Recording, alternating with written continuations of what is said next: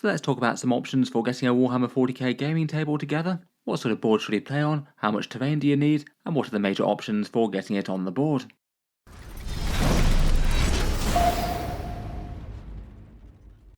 Hello and welcome back to Auspex Tactics, where today we're talking about some thoughts as to setting up a Warhammer 40k gaming table. A topic that I've talked about a couple of times before on the channel, but I thought for this one would also expand it with maybe a little bit more practicalities of how you might try and go acquiring those things at home. A few ideas for getting a gaming table together, and just a few of the various different actual options that you have for different types of terrain that you can play with. Let's talk briefly about Battlefield setup in 10th edition, why terrain's important, and go through a whole bunch of options for that, and then just a few thoughts for creating the board and table, and terrain setup game to game. First up, for Battlefield size, these are the recommended sizes for Games Workshop's games in 10th edition. Games Workshop states 44 by 30 for combat patrol games, so fairly tight and compact there, and that seems kind of appropriate for other games that you might play in around about the 500 point sort of level. And then they design perhaps their primary Warhammer game mode for 44 times 60 inches, and that's for Incursion 1000 point games or Strike Force 2000 point games. And then recommend a bigger size still of 44 by 90 inches for 3000 point games. Obviously sizes really can be a bit flexible depending on what you have on offer. They're the ones that in theory they're balanced for, and you'd find if you go into tournaments or events most of the time. In reality though, I think it's really not the worst to be a little bit flexible if you're playing casually. I personally feel that the 44 by 60 is a bit of a big size board for an 1000 point incursion game. I think you could easily trim that a little bit and it'd be fine. And it's still not really the end of the world if you wound up playing it on a slightly bigger board than it was intended, or you lose a bit of space towards the edge depending on what table you're playing. It might just warp the game very slightly. Say for example if you're playing on an absolutely enormous board, it's probably going to advantage shooting armies a little bit, as melee armies just have physically further to go to catch up with their foes. Or if you're playing with a really cramped board, which is smaller than the recommended for the points level, likely melee armies are going to have a better time on that, as there's not much room for the opponents to run away and escape a crumping with power claw or chain axe. If trying to play balanced at 2000 points, certainly try and aim for the 44 by 60 inch measurement, but maybe don't treat it as the absolute end of the world if you don't quite have space for that. Once the battle size is determined, perhaps the other biggest thing that impacts the game the most is getting a good amount of terrain on the board. And terrain is just really important in Warhammer 40k 10th edition, as it makes a balance between melee and ranged armies, something that has genuinely been a really big issue for 40k in the past, but if you're playing on 10th edition terrain layouts, there's far more scope for both types doing well. Basically, the fewer amounts of terrain pieces that you have on the board, the more shooting armies are going to have an advantage, and if there's nothing for melee armies to advance and hide behind as they move into the midfield, they're probably going to lose unless the matchup was really unbalanced anyway. Ranged units typically tend to be balanced around the enemy, often getting the benefit of cover and not always having line of sight unless they move forward and show a little bravery. Out of any of the terrain pieces, the most important tends to be obscuring terrain. In 10th edition rules, that essentially means ruins pretty much. Terrain pieces that are considered to fully block line of sight if the opposing unit is fully behind it and you can't see around it. And it's important to have an ample supply of that on the table, often ruins, though you could just use other things that physically block line of sight. And that's particularly important for blunting the alpha strike. If every unit on the board can see each other, then the army that goes first is going to have a massive advantage, just taking a huge chunk out of the enemy's army with no chance for them to react, and perhaps no option to hide their most valuable units that they absolutely can't afford to have shot up straight away. I say that's perhaps the biggest impact that terrain has from a gameplay point of view. Obviously it's very important for more narrative and themed games as well. It can really help you tell the story. Perhaps particularly if not every single battle needs to be 100% tournament balanced or anything like that. You could have asymmetric terrain deployments where one force is trying to storm an enemy fortification or something. Maybe you might balance it out as part of an overall campaign or by giving the attacker more units or similar. So let's talk through a bunch of options for acquiring a battlefield worth of terrain. And for this one we'll start with Titans Terrain, who kindly offered to sponsor a video on the channel. Obviously not the only option for getting battlefield terrain, and we'll talk about the rest, but their offering is a little bit different to most of the others, and it does have some serious advantages. The main idea behind their offering is that you basically have a whole load of essentially pop-up terrain pieces. If you want to make a standard 40k size game board, then you'd essentially use 12 tiles. Each of those tiles folds in half for pretty compact storage, and then when you unfold it you essentially get a pop-up cardboard building. So pretty much instant terrain that you don't need to do any hobby effort for and could be really portable to take around to different places. Here's just a few examples of it in action. As you can see, basically unfold the tile and the building pops up, making a pretty convincing looking battlefield pretty much instantly. And for variety game to game, you can switch all the tiles around and alter their orientations and things, so you can get at least a fair amount of variety out of one set, and you certainly could do a bit of mix and match with this and more traditional terrain pieces. It's definitely terrain done a little bit differently, but I think it would be kind of good for a bunch of people's needs out there. Just some general online reviews and feedback, it does have some advantages and disadvantages. Probably the biggest positives are the fact that it's super easy to store and transport due to the folding system. You literally can transport it just in one of these box sets that looks like a standard board game pretty much. That's more than you could say for the vast majority of terrain sets out there. It is also far cheaper than a whole board of Games Workshop terrain as well. I'd say maybe somewhat comparable to the prices of things like MDF. And another positive is that if you don't have a crazy amount of hobby time free, it doesn't need any painting or assembly like the other terrain pieces out there. Obviously, plenty of people absolutely enjoy the process of creating a whole board of cool custom terrain, but it's not the sort of thing that literally everyone's got time to do or time to store at home. For perhaps the main criticisms that I've generally seen talked about it is that it's a bit less sturdy and hard wearing versus plastic or MDF. You would have to be a little bit more careful with it, given that it is made of cardboard and designed to fold flat, and the grid layout might mean that you get a bit less flexibility than some of the other kits, even if there's plenty of choice with rotating the tiles and things and combining it with other more traditional terrain elements between the squares. It's also not really designed to represent any one tournament terrain set out there as well, though it's not like those don't change over time, often from year to year these days it seems. For the specific sets they have on offer, they've got this Forgotten Furnace one, themed a bit like a Chaos Manufactorum with a bunch of ruins, glowing furnaces and bigger buildings. The price on their standard sets is £112 or $140. The link's down in the video description, which I'd say isn't the most awful price in the world for an entire board's worth of terrain, certainly far cheaper than Games Workshop and comparable with a fair few other options. I've got a few other different flavours as well. This one's a Shattered Hive one, perhaps a bit more of a traditional ruined city sort of affair. An Overgrown Capital, which might be a little bit more applicable to both more future and fantasy sort of settings. A bunch of ruined buildings that have got a bit overgrown maybe. And as well as those, they've got some expansion centerpiece sets as well. A great big infernal spire for the furnace one that has two tiles pushed together for one big dramatic centerpiece, and a cathedral square type piece which is available as either the capital one or the shattered city sort of one. In any case, a big thanks to them for sponsoring the video. Feel free to check them out down in the link in the video description. I feel like it is an interesting enough terrain system that could feature some people's needs, though of course there's plenty of other options on offer. Speaking of which, let's move on to a few of the other choices. Certainly not by any means a completely exhaustive list, there's a massive amount of good creators out there, and lots of different ways that people choose to wargame. Perhaps at the lowest end of the spectrum, there's just improvising, using books, household objects, or maybe a few opportunistic purchases for things that you see around and about when shopping. Plenty of things that can be press-ganged into serviceable tabletop terrain. Bits from aquariums are something that people mention quite a bit, or certain toy buildings and things. Always nice if you can find a few things that don't have a big wargame sort of markup. If you want something kind of functional, it's really not too hard to just cut out a whole bunch of cardboard ruins as well from some boxes. It likely won't look the most pretty without a fair bit of hobby work to add on to it, but at least you could get something serviceable for a very tiny cost, and perhaps upgrade to some classier looking terrain as you go along. Otherwise, for maybe some of the other major categories of options, you could either make some yourself, try and get some actual Games Workshop terrain, go for MDF terrain or 3D printed terrain, and there are some other companies out there that make some good stuff.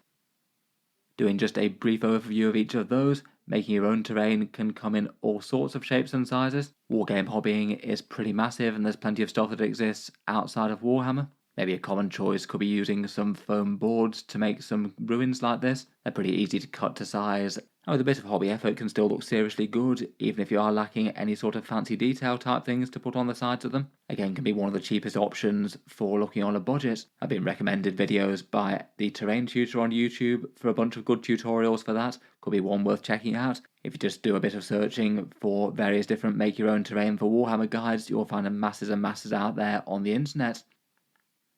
Given we're talking Warhammer, it is probably worth mentioning Games Workshop's terrain options, though I must admit I feel like this isn't really going to be the best way to get a battlefield together. Games Workshop feel like they've basically sort of dabbled a bit with terrain over the years, having some entire board sets come out and then being taken away again. And to be honest, I do find it kind of surprising just how few options they have on permanent sale, particularly for the sort of things that you might kind of expect to see in Warhammer 40k, your classic big ruined buildings. They've certainly had various modular ruin sets in the past, typically tending to be at least kind of expensive, but also kind of flexible with different ways that you could build them. There were all those Sector Imperialis ones, but most of those have been taken down from more current sale. The main range that they seem to stock at the moment are the Battlezone Frontierist type ones, which sort of represents a newish Imperial outpost. They do have some pretty cool bits, like the Vox Antenna and Auspex type set, and a few walls and bunkers and things like that. Games Workshop kits do generally look pretty good on the tabletop, but do come at a price tag pretty similar to their miniatures, versus just about any other option for getting terrain on the table. You're likely to be spending more with Games Workshop. I'd estimate you might be spending something to the tune of 2 to 3 times the amount, versus going for something like MDF, 3D prints, or that Titan's terrain that we mentioned. Though occasionally it could be alright to pick up a few kits opportunistically, maybe often when they have some sort of big bundle box set with some terrain in it, often you can find that going a bit cheaper than normal. Or if you happen to want the miniatures anyway, say the 40k Ultimate Starter Set for 10th edition. Another great option is MDF terrain. I've had a fair bit of experience with putting a few of these together. I've used a bunch of ruined buildings and things from TT Combat's range. They come as basically frames of MDF with pop-out pieces. Pop them out, give them a bit of a clean up, stick them together with wood glue, and you've got some fairly solid and sturdy little ruins, and they do tend to be far cheaper than most plastic offerings out there. Lots of brands make various creations for this, such as P-Work Wargames or various creators selling on Etsy or elsewhere. If you look around hard enough, there's usually things that are going to suit your terrain needs of one sort or another. I'd say perhaps for negatives of MDF are that usually due to being made of flattish sheets, they tend to maybe lack a bit of texture compared with sculpted terrain like GWs or 3D printed stuff. Usually people tend to want to paint them up so it doesn't look like you're playing on a slightly oddly wooden battlefield, and that can mean that your ruins look a little bit flat and featureless, though you can rectify that with some hobby work. Again though, I generally recommend this as another pretty good option for getting affordable wargames terrain. Talking of 3D printing, that's a terrain market that has really exploded over the past few years. There's plenty of people selling STL designs out there for people to either print at home or commission from someone who they know who does have a 3D printer. But there are quite a lot of creators just selling them outright, often on places like Etsy and eBay. Some hobby shops offer 3D printed terrain sets as well, such as Wargame Portal, my US affiliate, link in the video description too. And pictured is one example of Bundle of Gothic Ruins by Everlayer, which are 3D printed and around about £50 in the UK. Again, compared with Games Workshop's offerings, they're pretty reasonably priced and get good detail on a bunch of the surfaces. I guess the downside of 3D printed things is that often they maybe don't add up to being remarkably cheaper than other options if you're paying for other people to print them for you. And while they can be super cheap to print at home if you do happen to have a 3D printer set up and a process worked out, if not, it takes a bit of time, effort, troubleshooting, and the cost of the printer itself. Even after that, you still need to put in a bit of hobby work to get it looking nice, with painting and basing it, etc. Again, though, I'd certainly rate it as a very solid option. I have made a few opportunistic purchases of 3D printed terrain pieces off eBay recently. Obviously, beyond that, there's all sorts of other options. Feel free to give other shout-outs to terrain sets that you like down in the comments. Plenty of other companies make their own terrain systems that could maybe be used for 40k. Game Mat EU is a fairly well-known terrain brand, as the name suggests, often for their battlefield maps and things. And Frontline Gaming in the USA have a whole bunch of modular ruins as well, these ones having the advantage of being pre-coloured, or at least somewhat aimed to be a bit gameplay focused as kind of functional terrain. Beyond terrain though, you'll also need a battlefield to put it on, so that means a surface to play on, and then potentially a textured or coloured surface if you want one, like a gaming mat or something. It is interesting that if you look for tables that are around about 60 inches by 44 inches and are big enough to support a full 40k game, they don't actually tend to be all that super common things to find. The majority of dining tables and things tend to be too narrow for that. The width of them is often the limiting factor, and there aren't even all that many combinations of two tables that'll happily sit next to each other that roughly make that sort of playing surface but not much bigger. You can just use the floor maybe, perhaps mark out the playing area with some household items or using a little bit of masking tape in the corners or something like that. Might not be all that easy on the back and knees though. Or potentially just play on the kitchen table or the biggest table that you have around, and maybe just accept that the battlefield is going to be a little bit smaller. As I said earlier, I think that can be perfectly appropriate for medium-sized games of Warhammer 40k. even if for some games it might feel a little bit cramped for, say, a full 2,000 point game or something. Given how many people play Warhammer at home out there, I was actually kind of surprised that there wasn't all that much great consensus as to the best way to get a gaming table up and running at home. Lots of people have various different options. Within the last year, I did decide to make one myself, and I went for the option of a couple of IKEA Kallax type cabinets laying down on their sides. So you basically have a whole bunch of under-table storage where you can put terrain and things, and a whole bunch of board games live there now. On top of that, I could just literally have attached a wooden board. I went for a slightly more expensive custom cut melamine board. Just thinking it might be worth spending a tiny bit more for a slightly nicer surface and some rounded edges, and that's worked quite nicely for me. I was originally planning to attach the two together with some sort of fixing, but it turned out that the board was heavy enough just to pretty much stay entirely in place, even if you put a fair bit of force on it, so that's wound up not being necessary. And it does mean that I can move the entire thing to the side of the room if we need it. You definitely need a couple of people to lift the heavy board though. While I was researching the options, there's plenty of other things that do exist though. Often people recommend trying to find larger outsized dining tables that you might find going in clearance things. Could be okay to set up in a garage or something. Maybe two longish tables put next to each other with a battle mat over the top. Certain trestle tables could work okay for that, though it might be a little bit low for some people's needs. Some companies make some fancy custom built wargaming tables, but they tend to be far pricier than the other options. And maybe just for one of the easiest rough and ready type things is just have a lightish wooden or MDF type board and put that on a smaller table, then put some sort of gaming mat surface over it. That can do the job quite nicely. You just need to make sure that it's put in a way that people aren't going to risk flipping the entire thing over if they lean on it accidentally. That kind of brings us to the surface to play on. I would say that you absolutely don't 100% need a coloured surface, particularly for more casual games at home, but could be something that you might want to expand to at some point if you're regularly hosting game nights.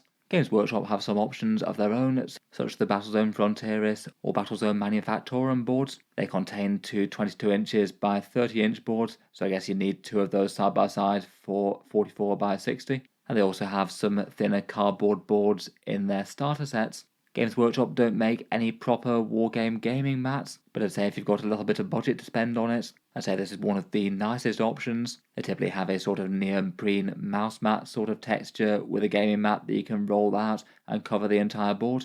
Typical prices might be somewhere around the sort of £60 or $80 sort of mark, such as this game mat on the right that you can see, made by Deep Cut Studios. They can give you an entire single sheet that's big enough to play a game of 40k on. A fair few of them come a little bit bigger than the 60 by 44 inch measurement. Plenty of 72 by 48 due to that being the size of Games Workshop boards in the past.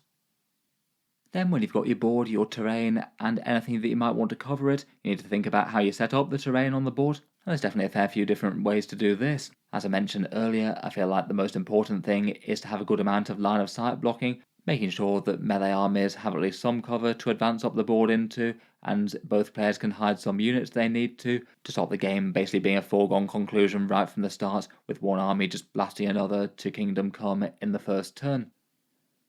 Here's one example battlefield setup from Games Workshop featuring a whole bunch of their ruins. I feel like this one's got at least a reasonable amount of terrain on the board. 6 biggish ruins with a couple of them in the middle. That should give you at least somewhere for forces to advance behind in safety, plus having somewhere to hide in their deployment zones, and then between them a few piles of Munitorum armoured containers, which can still do a good job of blocking line of sight to infantry and things. Here's one example of a Games Workshop competitive terrain board. I believe that this one was from early 10th edition.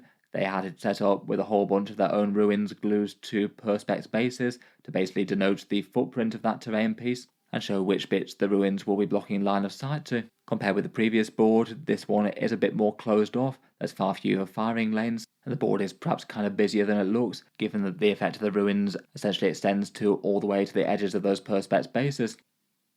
Here's a deployment map example from Games Workshop's latest Pariah Nexus competitive pack. A bunch of clearly denoted sections for different ruin placements, and then some sections of terrain that are less than 2 inches in height that models can more freely move across. And again, really quite a busy battlefield with a lot going on. Lots of options for units to hide behind ruins. Here's one previous example from an older WTC tournament pack. This one's classified as a medium density terrain board, but there's really quite a lot of ruins here. 6 smaller ones and 4 fairly enormous ones.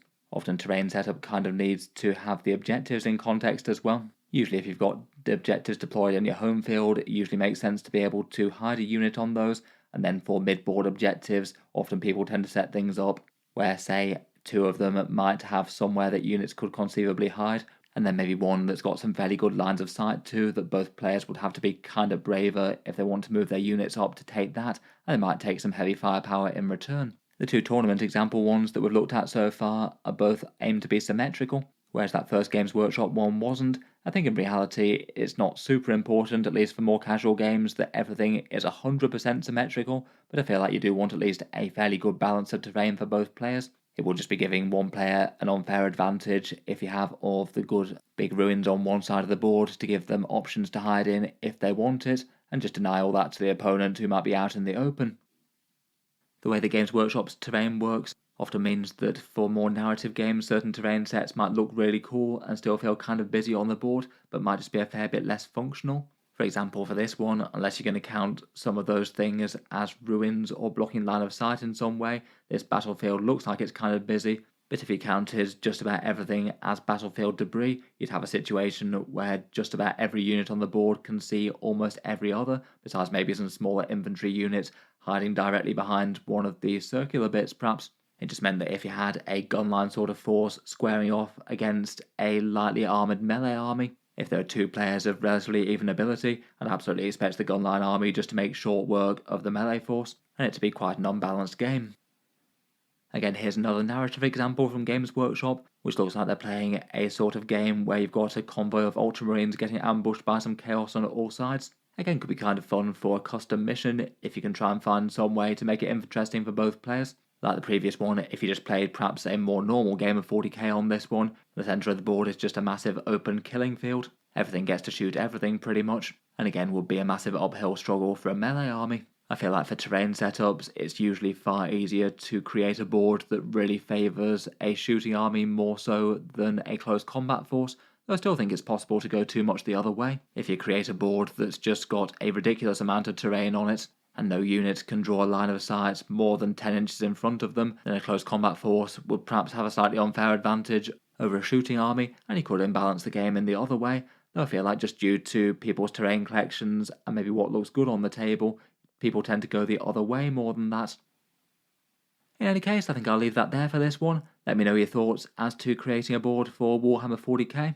What options do you use for getting terrain on the board? Have you made any battlefields? And what sort of terrain setups do you tend to play on? Looking forward to hearing all your thoughts. Again, a big thank you to Titans Terrain for sponsoring the video. Feel free to check out the link down in the video description if you'd like a pretty much all-in-one box terrain system for 40k, and one that's super easy to transport. If you've enjoyed the video, then feel free to subscribe to Auspex Tactics. I'll certainly keep the regular 40k videos coming. I do tend to post new ones just about every day. Finally, if you have been enjoying all the videos on the channel, I would just like to mention that Auspex Tactics does have a Patreon page as well, and you can find that linked in the video description down below. Channel patrons do get a fair few advantages, seeing certain videos early, regular votes to see what sort of things happen next on the channel, and automatic entry into the regular prize giveaways with a chance to win some big model kits each month. If any of that sounds good to you, or you'd just like to help support, the link's down in the video description. In any case, a massive thank you for listening, and I'll hope to see you guys next time.